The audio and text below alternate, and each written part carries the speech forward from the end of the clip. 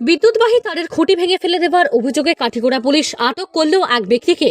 ব্যক্তির নাম আমানউদ্দিন, বাড়ি পূর্ব কাঠিগোড়া তারিণীপুর দ্বিতীয় খণ্ড এলাকায়।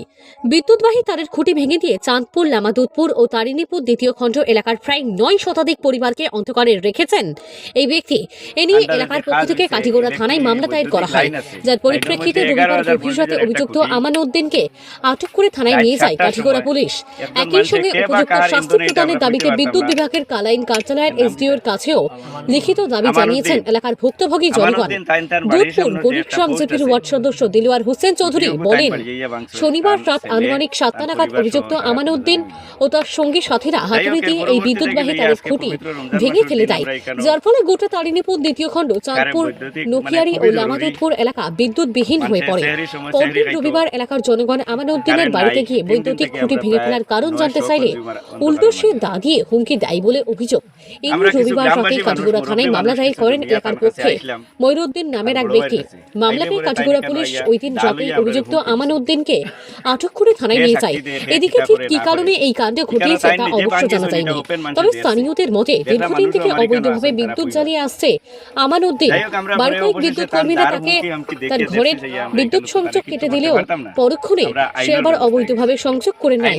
ইদানিং আবার বিদ্যুৎ সংযোগ কেটে দেওয়ায় বৈদ্যুতিক খুঁটি ভেঙে দিয়েছে বলে অভিযোগ এলাকার জনগণের।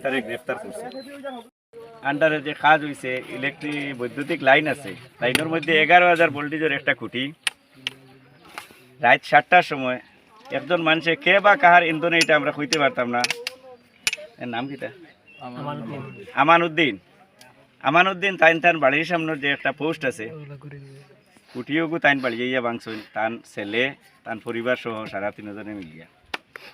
যাই হোক, এর পরবর্তীতে গেল আজকে পবিত্র রমজান মাসের দিন আমরা এখানে কারে বৈদ্যুতিক মানে খুবই জরুরি।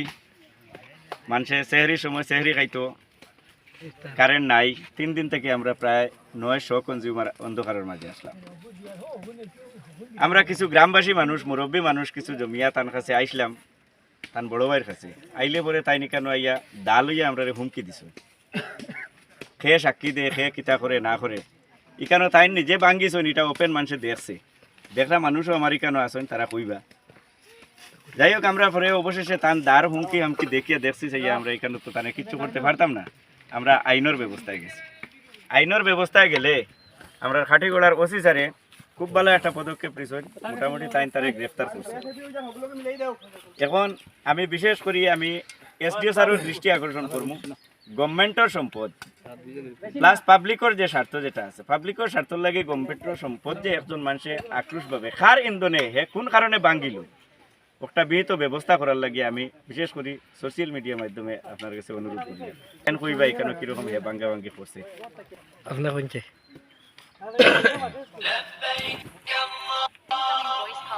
নিজে কইতা আমার ভাষা না না না বদলা কো না বাবা কই না না কো আচ্ছা আমরা তেরাবি দালাম রাতে আইয়া।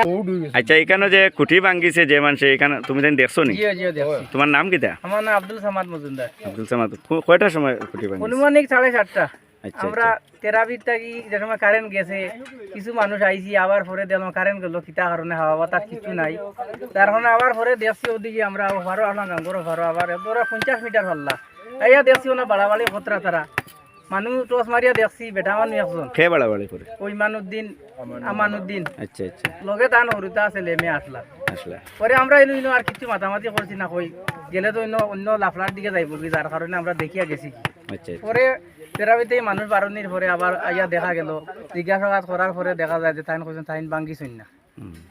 বাদর দিন সকালে আমরা আইছি, আবার পরে তাইন কিছু আত্যার পত্র লইয়া আমরা গেছে বার হইছেন। তার ছেলে একটা রাস্তা ধোয়াইছি, ভাবার পরে এগিয়ে জবাব দিছে 2-4 জন আইও না, আর ফাললে খেয়ে কিছু কইলেন জানি।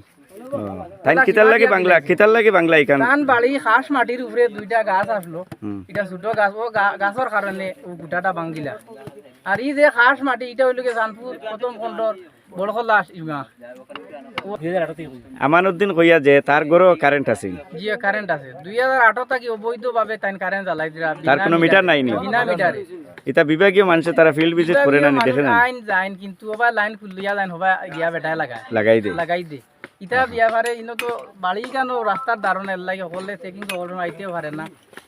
এখন তুমি দেন কিতা চাও তারে তো পুলিশে গ্রেফতার করছে উপযুক্ত সরকারি রুল মতো উপযুক্ত শিক্ষা পাইতে লাগে তাই ভবিষ্যতে তাদের তাই নৌকা বা গাঁও দিলা সেও ব্যক্তিয়ে সাহস করে আর দিতে পারেন না দিলা কিতার লাগি ওই ব্যবস্থাটা টান লাগা নিলা বেজান আছেন ফোনা লাখ কিছু ফোনা যারাইন ইলা ইগুদা হাত দিলে কারণে এইটা কব দিছিতে কিতা হইছে এর লাগি খালি টান দিয়ে টানে দিনা ইলা যতজন আছেন সবে শিক্ষা পাইতা আর যদি সে ইলা হুঙ্গালা তখন আইয়া ওলা তাই সোশ্যাল মিডিয়া থইন জানি আমি করমু প্রশাসনে যে দরিয়া নিছে প্রশাসনকে কিতা জানাইতে স্যার প্রশাসনের কাছে এখানে খাতর অনুরোধ আমার আহ্বান যে আমার আসাম সরকারের কাছে অনুরোধ যে এটা উচিত শিক্ষা জেলা ফাইভ আসামি ওটা দিবার জন্য আমার খাতর আহ্বান কথা চাই আর এই বিষয়ের উপরে যে আমানুদ্দিন যে তাই তো বিগত 8 বছর থাকি মনে করো তাই অবৈধভাবে কারণ জ্বালাই আমরা বিভাগীয় মানুষ কেন আছেন তারা কাছ থেকে একটা স্টেটমেন্ট লো না তারা কইছেন যে এখানে লাইন খাটা হয়েছে আবার 2বার না 3বার খাটিছেন